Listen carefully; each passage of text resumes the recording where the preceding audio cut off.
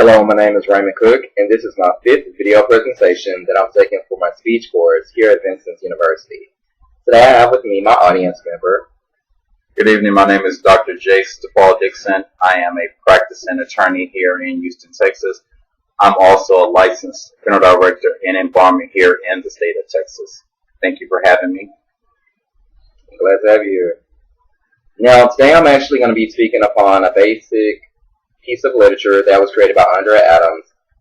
Andrea Adams' speech was actually created to educate her readers on the 12 disciples and apostles who followed Jesus Christ. She engaged her readers with a question asking if they were familiar with the difference amongst the pair.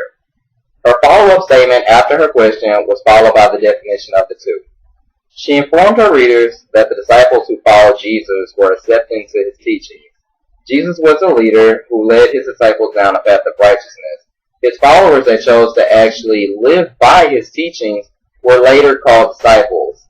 Now, the disciples, some stayed the same, some decided to grow. The disciples who chose to actually grow and make something more of the teachings that they were taught by Jesus Christ, they were later known as apostles.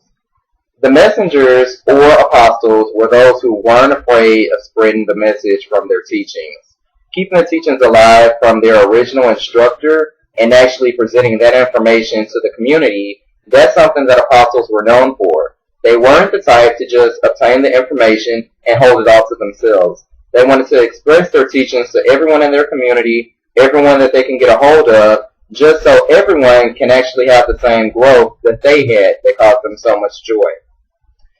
The information that they chose to keep from their instructor, that's something that they held dear. And they decided to once again fellowship with the community. If one chooses not to continue the practice by fellowshipping with others, growth cannot occur, and one may never become an apostle. Now, there are many modern examples of what disciples and apostles actually look like. You can actually compare an organization. The members that are most involved with the meeting planning, educating its members on a planned direction, or just maybe mentoring its peers, those who actually goes the extra mile, they can actually be labeled as an apostle. Now, the members of an organization who just want spiritual growth, or maybe just to find an identity in themselves, they can actually be labeled as a disciple. Now, there's a very close teacher-student relationship, but those who go the extra mile, they can continue to help others. Those who want to just fellowship alone, they will always be labeled as a disciple. That was just my interpretation of the reading that Andrea Adams created. Hopefully I was able to give you a clear understanding of what a disciple is, student, and what an apostle is, teacher. That was my speech for the 5th video presentation at Vincennes University for my speech course.